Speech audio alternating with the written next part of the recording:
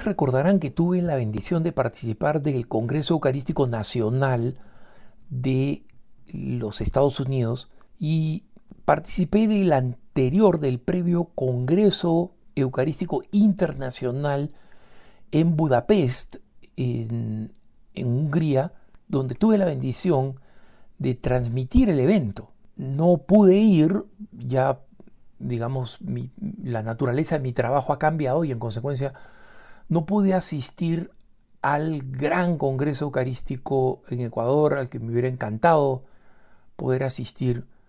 Pero todas estas experiencias yo creo que ayudan a renovarnos en la importancia de volver a la Eucaristía. Y claro, volver a la Eucaristía significa también volver no solamente a recibir a nuestro Señor Jesucristo en cuerpo y sangre, alma y divinidad, como nos enseña la Iglesia Católica, en cada una de las especies recibimos cuerpo y sangre, alma y divinidad, sino también en la adoración eucarística. Y hay algunas personas que, especialmente algunos sacerdotes que son reacios, que se resisten, digamos, a promover la adoración eucarística, y argumentando algo que en sí mismo no es falso, ¿no? Y es que la Eucaristía siempre se recibió desde el comienzo del cristianismo. Jesucristo nos dejó una cena que era un anticipo de su sacrificio y que luego se establece como cena y sacrificio. Y el acto principal, o el acto único si quieren, es la consagración para el consumo. La consagración era para el consumo. Y que la adoración eucarística, es decir, tener a Jesús consagrado para contemplarlo, para rezar o incluso para salir en procesión, etc., es una práctica medieval. Es decir, que tomó unos 1000 años antes de, o más en realidad, más de 1000 años, en aplicarse dentro de la Iglesia. Y esto es cierto, lo he dicho en otras ocasiones, el gran promotor de la devoción eucarística como la conocemos fue Santo Tomás de Aquino, y muchas personas buenas y virtuosas consideraban que la salida del Señor, es decir, exhibirlo, exponerlo y sacarlo en procesión, no era extraño, era contradictorio porque no se había hecho nunca. Y quienes están interesados en revisar o conocer el inicio de la adoración eucarística y la fiesta del Corpus Christi, que celebra la presencia del Señor, ¿no?, del cuerpo de Cristo, pueden ver cómo esa época y la decisión del Papa de entonces están íntimamente vinculados con milagros eucarísticos. Una hostia que sangra, una hostia que se convierte en una porción de miocardio, o sea, es decir, de corazón, y que todavía es visible en Italia, y que obviamente está diciendo, no solamente me consumas, ¿quién se va a comer esa hostia convertida en un miocardio? ¿Quién se atreve? Es también para ser exhibida y para ser adorada.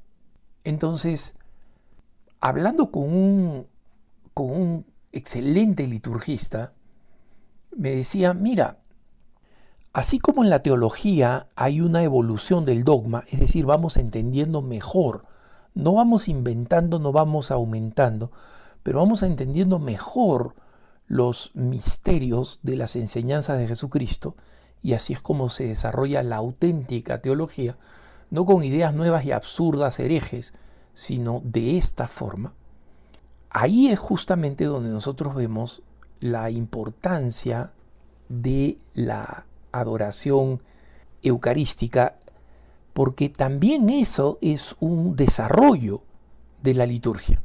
Entonces, muchas personas critican, por ejemplo, la celebración de la misa en la forma tradicional, diciendo que fue una creación, una complejidad de la celebración eucarística que se origina también en la Edad Media. o que la costumbre de recibir la Sagrada Eucaristía en la boca es una costumbre también de la Edad Media. Y porque originalmente y por siglos la comunión se recibía en las manos. Y el testimonio de padres de la Iglesia que hacen referencia, no para decir, oye, recibimos la comunión en las manos, sino que demuestran, digamos, como testimonio que la comunión se recibía en la mano, ¿no? Grandes autores que dicen, tú te cuidas que la mano en la que recibes la Eucaristía, en el siglo IV, que la mano en la que recibes la Eucaristía no esté sucia. Peor es que tu alma esté sucia, porque Jesús se va a volver uno con tu alma, ¿no? Es decir, existen múltiples testimonios de muchos siglos que la comunión se recibe en la mano.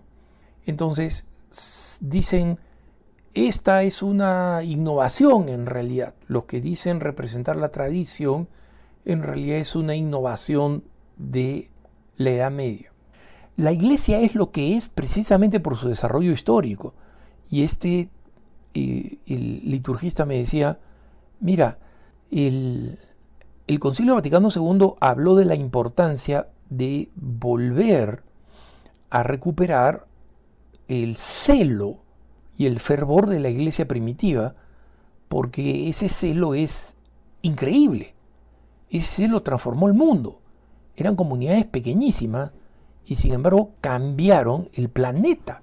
Entonces, pero no, él decía, muchos confunden volver a ese celo con hacer arqueología. Es decir, ponerse a encontrar cuáles eran las prácticas antiguas que más les acomodan hoy, que más les gustan y en consecuencia que prefieren aplicar diciendo, no, así es como lo hacía la iglesia primitiva. No todo lo que hacía la iglesia primitiva era lo mejor. El hecho de que estaban cercanos a Jesucristo, por supuesto que era una gran bendición.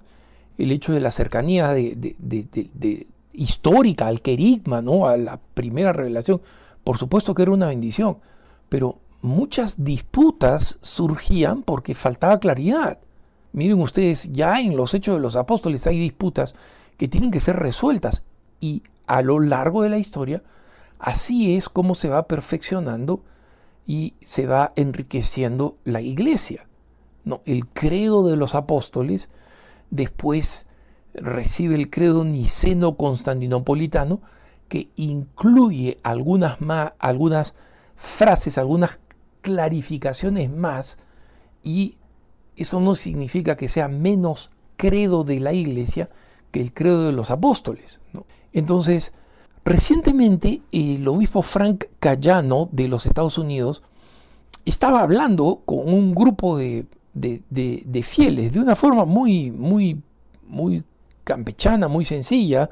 Estaba hablando con sus feligreses que en su diócesis de Bridgeport, de Connecticut, habían vuelto del Congreso Eucarístico. Y entonces a él le preguntaron en un retiro cómo hacer una buena vida espiritual. Y él decía, mira, nosotros sabemos lo que el Señor nos ha enseñado, ¿no? La Santa Eucaristía, la oración del Padre Nuestro, pero él decía, si hay una práctica que a mí me gustaría recomendarle fuertemente, sería, por favor, encuentre tiempo para hacer adoración eucarística lo más frecuentemente que pueda. Y lo digo porque es el antídoto contra el mundo. El mundo está ultra ocupado, en la Eucaristía estamos en paz. En el mundo no hay Salvador, cada uno es su propio Salvador. Nosotros en la adoración eucarística estamos frente a nuestro Salvador, en su presencia velada, pero es. En un mundo donde no sabe rezar, en la adoración eucarística aprendemos a rezar. ¿Por qué? Porque estamos expuestos a Dios mismo y Él nos habla, ¿no? Y como decía un obispo colombiano de vida muy santa, que ya goza de Dios, él decía, una de las cosas bellas, y lo decía con gran sencillez, ¿no? Gran sencillez. Una de las cosas bellas que nosotros podemos gozar en la Eucaristía es que incluso cuando nos quedamos dormidos, el Señor nos sigue contemplando. Miren, qué bello.